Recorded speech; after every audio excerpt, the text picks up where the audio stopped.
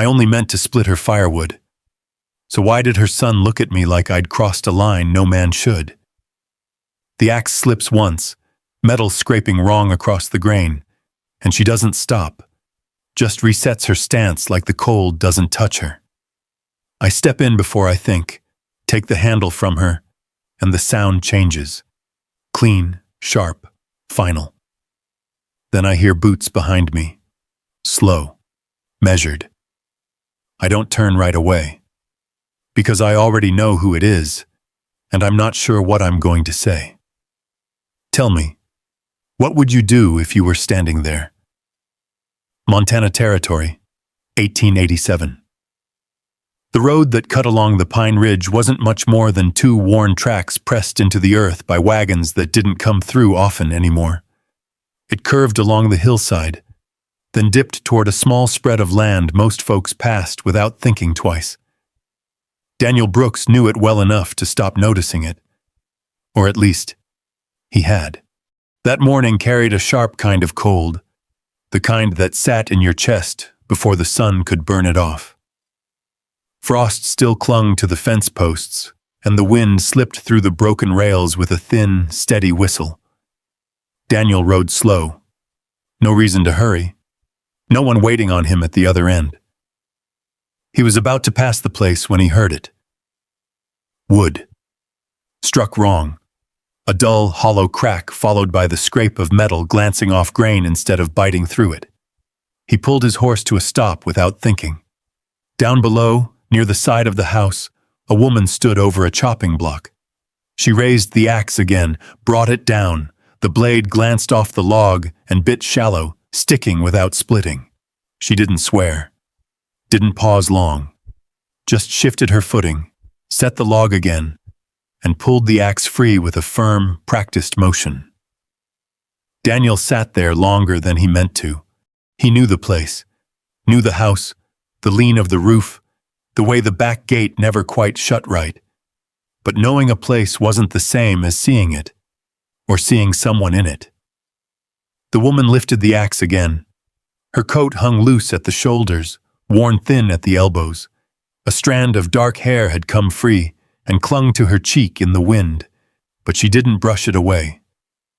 She swung. This time the blade sank deeper, but the log held. Daniel exhaled slowly and swung his leg over the saddle. His boots hit the ground with a soft crunch over frost. He looped the reins over the post and walked down without calling out. She heard him anyway. The axe paused mid-air before coming down again, controlled this time. When she straightened, she didn't look surprised, just turned her head enough to see him. Her eyes met his for a second. Clear, steady. Then she looked back at the wood. "You want some help with that?" Daniel said. His voice sounded quieter than he expected. She drove the axe down once more before answering. This time the log split with a clean crack, two halves falling apart on the block. "I've managed," she said. Her tone wasn't sharp, just flat, like a fact already settled. Daniel nodded once, stepped closer anyway. "I can see that," he said. Still. She stood there a moment longer, the axe resting against the block. The wind moved through the trees behind them, carrying the faint scent of sap and cold dirt. Then she turned and held the handle out to him. No ceremony. No thanks. He took it. The wood was heavier than it looked. Dense, tight-grained, the kind that made you work for it. Daniel set another log upright, adjusted his stance, and brought the axe down. It split clean. He worked without speaking. Log after log. The rhythm settled in quick, lift, drop, crack, breath rising steady in the cold air. His shoulders warmed under his coat. Behind him, he could feel her there, not watching close, not turning away either, just there. At some point she stepped back toward the porch, leaning one shoulder lightly against the post, arms folded, saying nothing. Daniel didn't look up, didn't trust himself to. The pile grew, split wood stacked neat beside the block. The sound of the axe carried out across the yard, sharp and even. When he finished, he drove the blade into the top of the block and let his hands rest there for a second. The quiet that followed felt bigger than the work. He stepped back, wiped his palm along his coat, and turned. She hadn't moved far, still by the porch, still watching in that same quiet way. "That should hold a while," he said. She nodded once. "It will." No smile. No extra words. Daniel tipped his hat out of habit, though it felt unnecessary. He turned toward his horse, boots crunching again over the frozen ground. He reached the fence, set his foot in the stirrup, and paused. Something in him didn't sit right, leaving just like that. He swung into the saddle anyway. The horse shifted under him, ready to move. Daniel glanced back. The house sat where it always had. Same worn boards, same sag in the roofline. But it didn't look the same. She had already turned away, gathering the split wood into her arms, carrying it toward the porch one careful stack at a time. No wasted motion. No sign she expected anyone to stay. Daniel watched a second longer than he meant to. Then he settled his hat and nudged the horse forward. The road picked up where it always did, bending out of sight between the pines. He didn't look back again, but the question stayed with him all the same. Why a woman like that would be out here, alone. Daniel didn't expect the thought to follow him into town, but it did. It stayed with him while he tied his horse outside the general store. Stayed while he counted out coins for a small sack of nails he didn't need just yet. Stayed while Clara Whitmore wrapped the sack in brown paper and slid it across the counter. "You've been riding that ridge more often," she said, not looking at him when she said it. Daniel picked up the nails. "Road's still there." Clara gave a small hum, the kind that didn't mean agreement. "Road's been there a long time." He didn't answer, just tipped his hat and stepped back out into the morning light. The town was quiet. A wagon creaked past. Someone hammered tin somewhere down the street. Nothing unusual. Still, he lingered a second longer than he needed to before mounting up. Then he turned his horse back toward the ridge. He told himself it was on the way. It wasn't. The fence looked worse in daylight. One section leaned where the posts had loosened, wire sagging low enough to catch a boot if you weren't paying attention. Daniel dismounted without calling out this time. The back gate hung open an inch, same as before. Inside, the yard carried the same stillness. Not empty. Just held together by quiet effort. He found her near the well. Naomi stood with a bucket halfway up the rope, bracing it with both hands. The wind tugged at her coat again, but she didn't fight it, just worked around it. Daniel stepped in and caught the rope above her grip, took the weight without asking. She didn't startle, didn't thank him either. They finished the pull together. The bucket thudded softly against the stone edge. He set it down. She dipped the tin cup once, took a sip, then set it aside. "Fence on the east side's coming loose," he said. "I know." "Got wire?" "In the shed." That was enough. He found the roll of wire where she said it would be. Tools laid out neat, worn but kept. He took what he needed and walked the line without waiting for anything else. The work was simple. Pull, brace, tie off. The kind of work a man could do without thinking too much, which left room for thinking anyway. He felt her presence once or twice behind him. Not close, just moving in and out of the yard, carrying wood, checking something by the porch, never calling out. At noon, she set a cup of coffee on the rail post without a word. Daniel didn't look at her when he picked it up. The coffee was strong, hot enough to sting the tongue. He drank half, set it back where she'd left it, and kept working. By the time the fence held tight again, the sun had shifted west. Shadows stretched long across the yard. Daniel wiped his hands on his coat and looked over the line. It would hold. He walked back to the yard. She stood by the porch again, same as before. "You didn't have to," she said. "I know." She gave a small nod. Nothing more. Daniel stepped back through the gate, pulled it to without thinking, then paused with his hand still on the wood. There were tracks this time. He hadn't noticed them coming in. Fresh. 2 horses. Maybe 3. Cut deep into the softer dirt beyond the yard. Not from the main road. He followed them with his eyes a few feet, then stopped. No need to walk it out. He'd seen enough.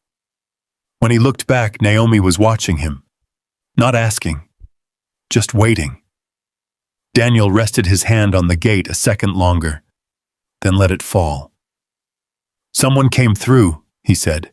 She nodded once. "They did. You know them?" "No." That was all she offered. The wind picked up again, brushing through the pines, carrying that same low sound across the ridge.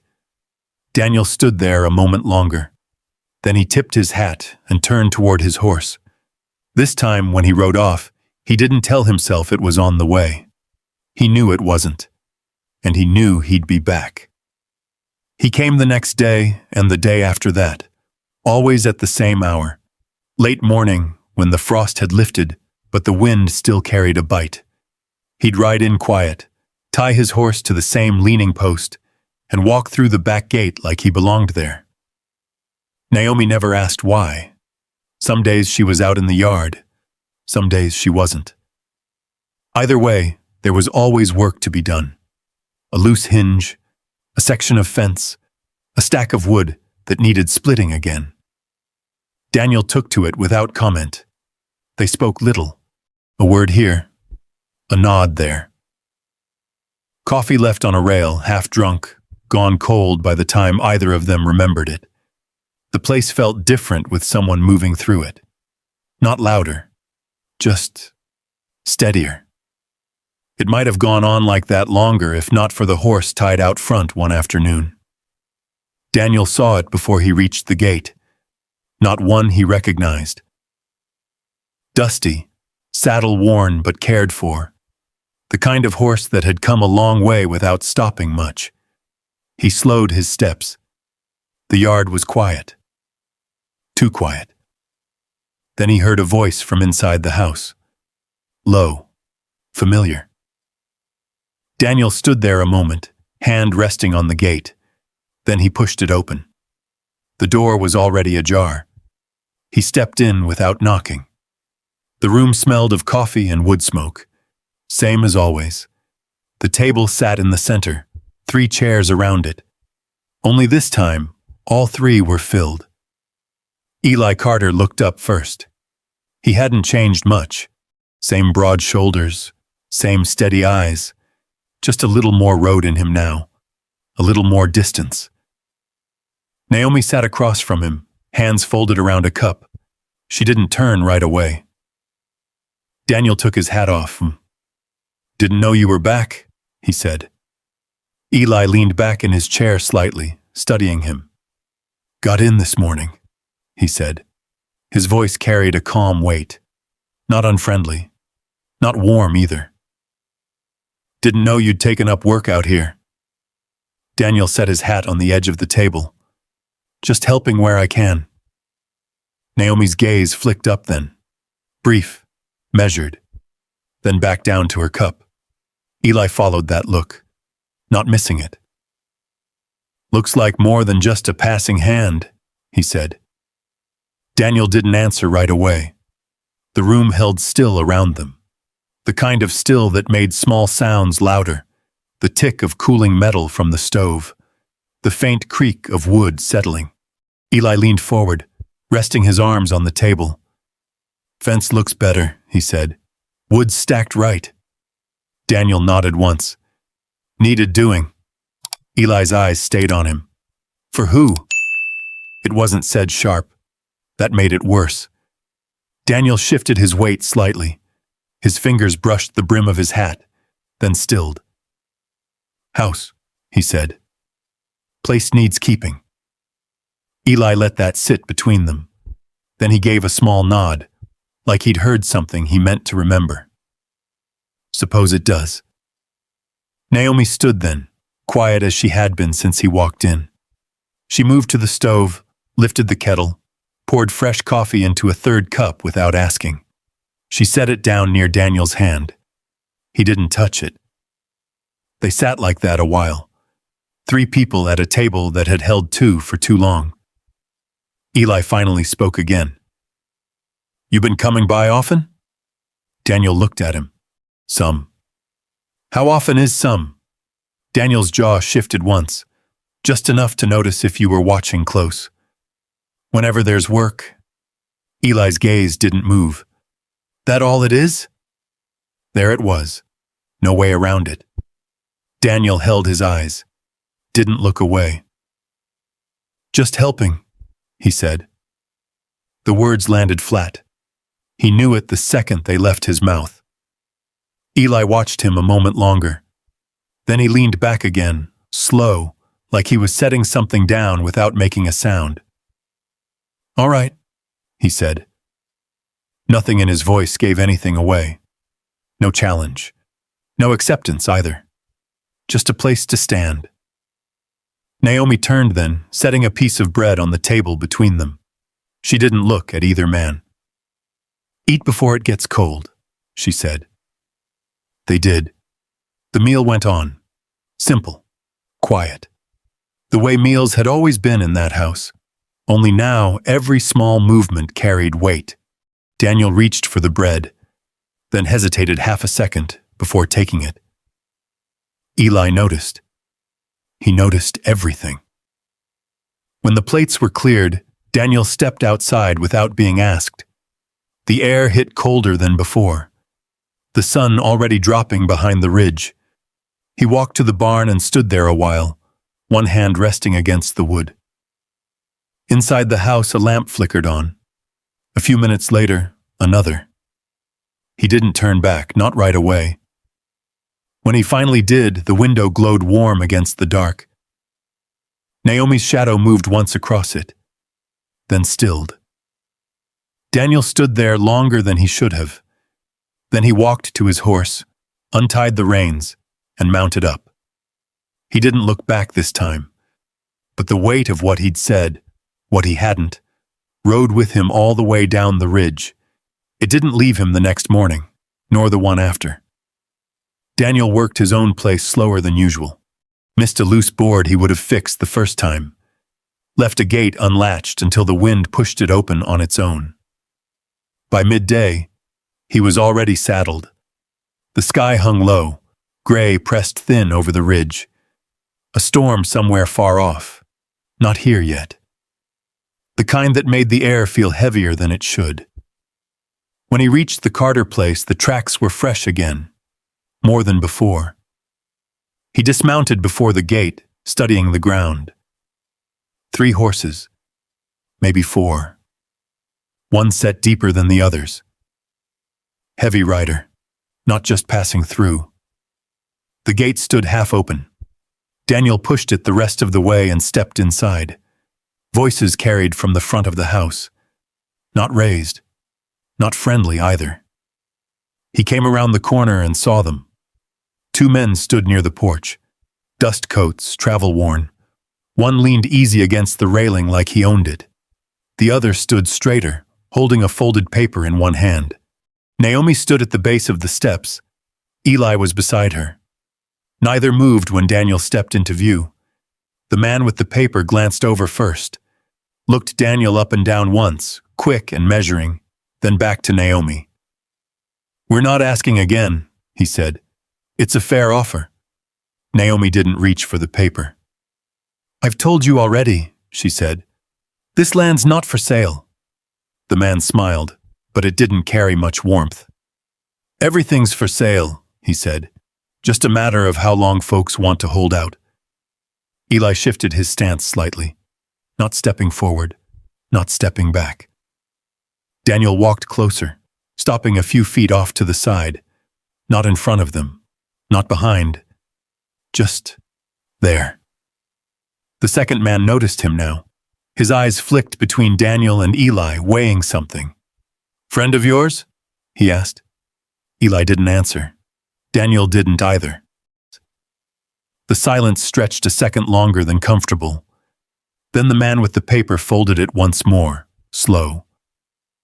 "We'll be back," he said. "Might be worth thinking on it before then." He stepped off the porch, boots hitting the dirt with a soft thud. The other man followed. They passed Daniel close enough that he could smell leather and road dust. Neither brushed him. Neither needed to. Their horses waited beyond the fence. Within a moment, they were mounted and moving, the sound of hooves fading down the ridge. The yard settled again, wind through the pines, a loose board tapping somewhere near the barn. Eli let out a breath he hadn't shown he was holding. "They've been coming a week now," he said, more to the ground than to Daniel. Naomi turned slightly, watching the road where the men had gone.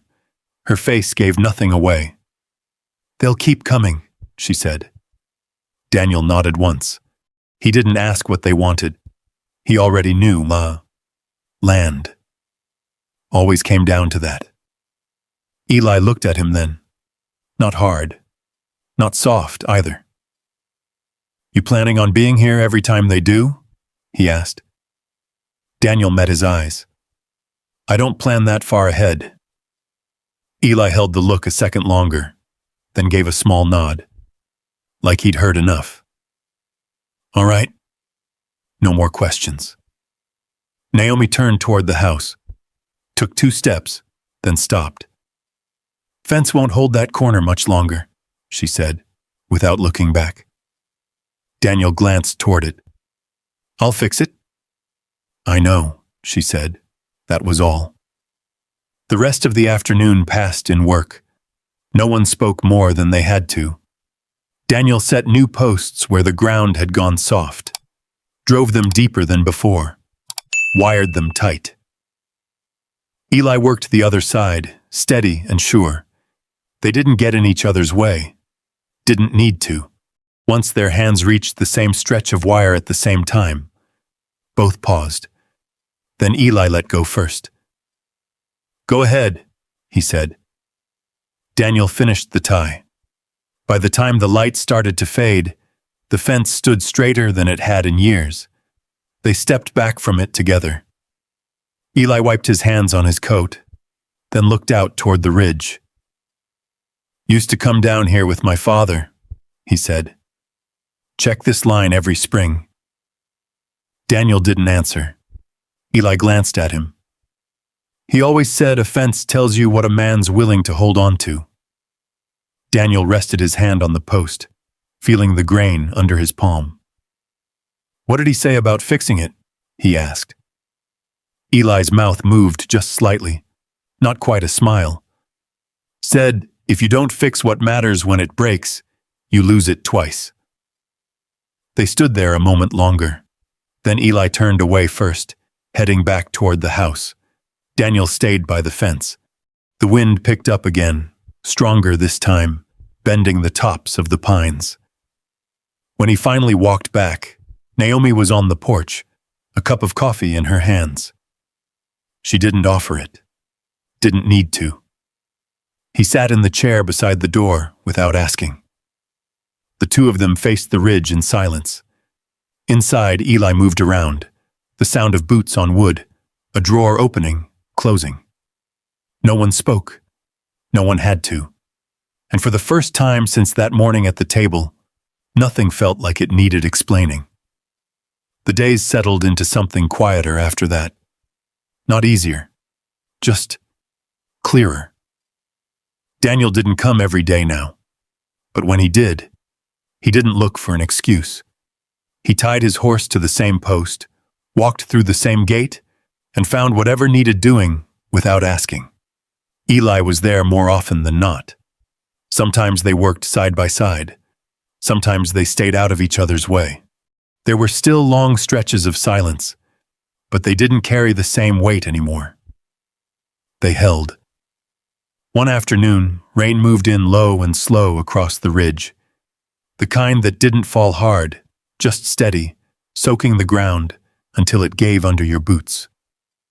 Daniel finished patching a section of the barn roof and climbed down as the first drops started to tap against the wood. Naomi was already on the porch. She had a blanket folded over one arm, a cup of coffee in the other. She set the blanket across the back of the chair as he stepped up, then placed the second cup on the small table between them. He sat without asking. They watched the rain move across the valley. It blurred the far trees, softened the edges of everything.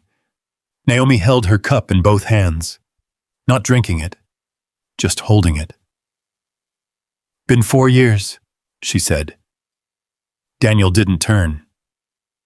"I know." She gave a small breath, not quite a sigh. "Feels longer some days," she said, "shorter others."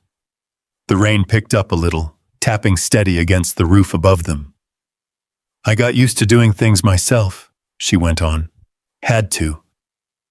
Daniel nodded once. "You did." She glanced at him then. Just a flicker. Then back out toward the ridge. "I didn't mind it," she said. "Not the work." "What did you mind?"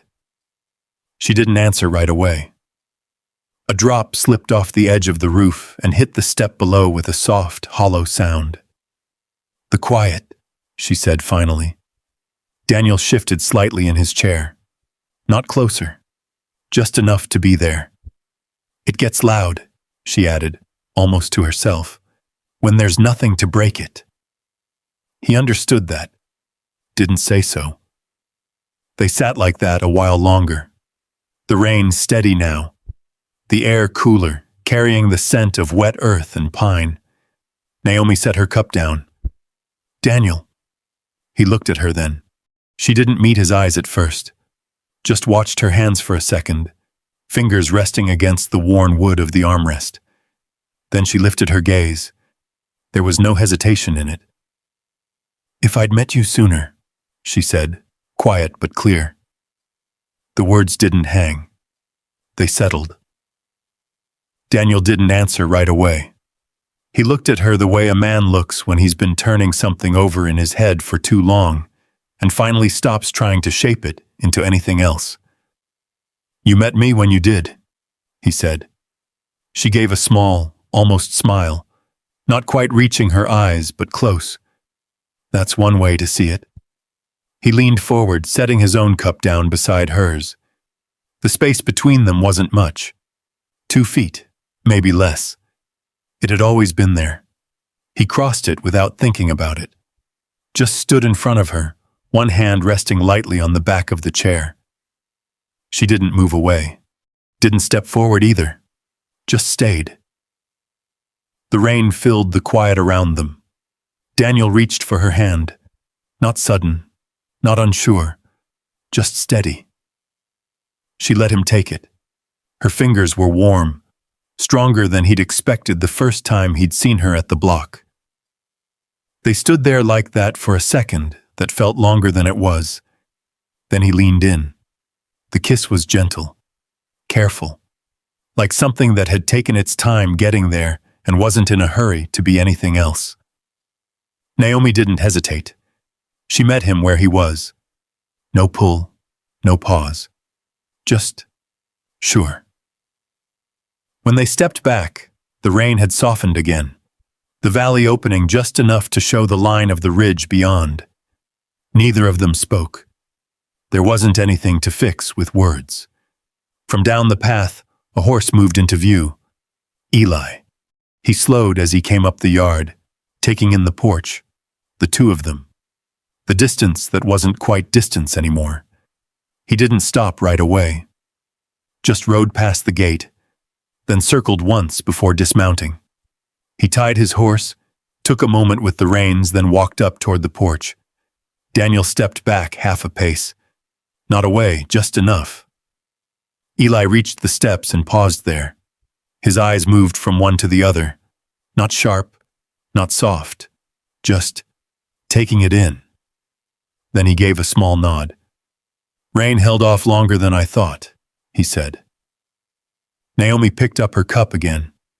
"It usually does." Eli stepped up onto the porch, brushing a bit of water from his coat. He looked at Daniel once more, held it a second longer than needed. "Fence'll need checking tomorrow," he said. "I'll be here," Daniel answered. Eli nodded again. "Good." That was all. The three of them stood there a moment, the rain easing off, the sky beginning to clear at the edge of the ridge. No one rushed inside. No one left. And for the first time since Daniel had stopped on that road and heard the wrong strike of an axe against wood, everything about the place felt right. If you were standing there, on that porch with the rain easing off and the mountains opening back up, you might feel it too. Not loud, not something you could name right away. Just that quiet sense that something broken didn't stay that way. Daniel never planned for any of it. Not the work, not the feeling, and certainly not the kind of love that asks more questions than it answers. But he didn't turn away when it would have been easier to. He stayed. And sometimes, staying is the only thing that changes anything. Naomi had spent years holding everything together with her own hands, not asking, not expecting. And then one day, she let someone stand beside her, not to take the weight away, but to share it. And Eli, he could have drawn a line right there in the dirt, could have chosen pride or anger or distance. Instead, he chose something harder. He chose to let the people he loved find their way to something better, even if it meant letting go of how things used to be. So maybe the question isn't what you would have done. Maybe it's, what are you holding on to right now that could become something more, if you just gave it a little room?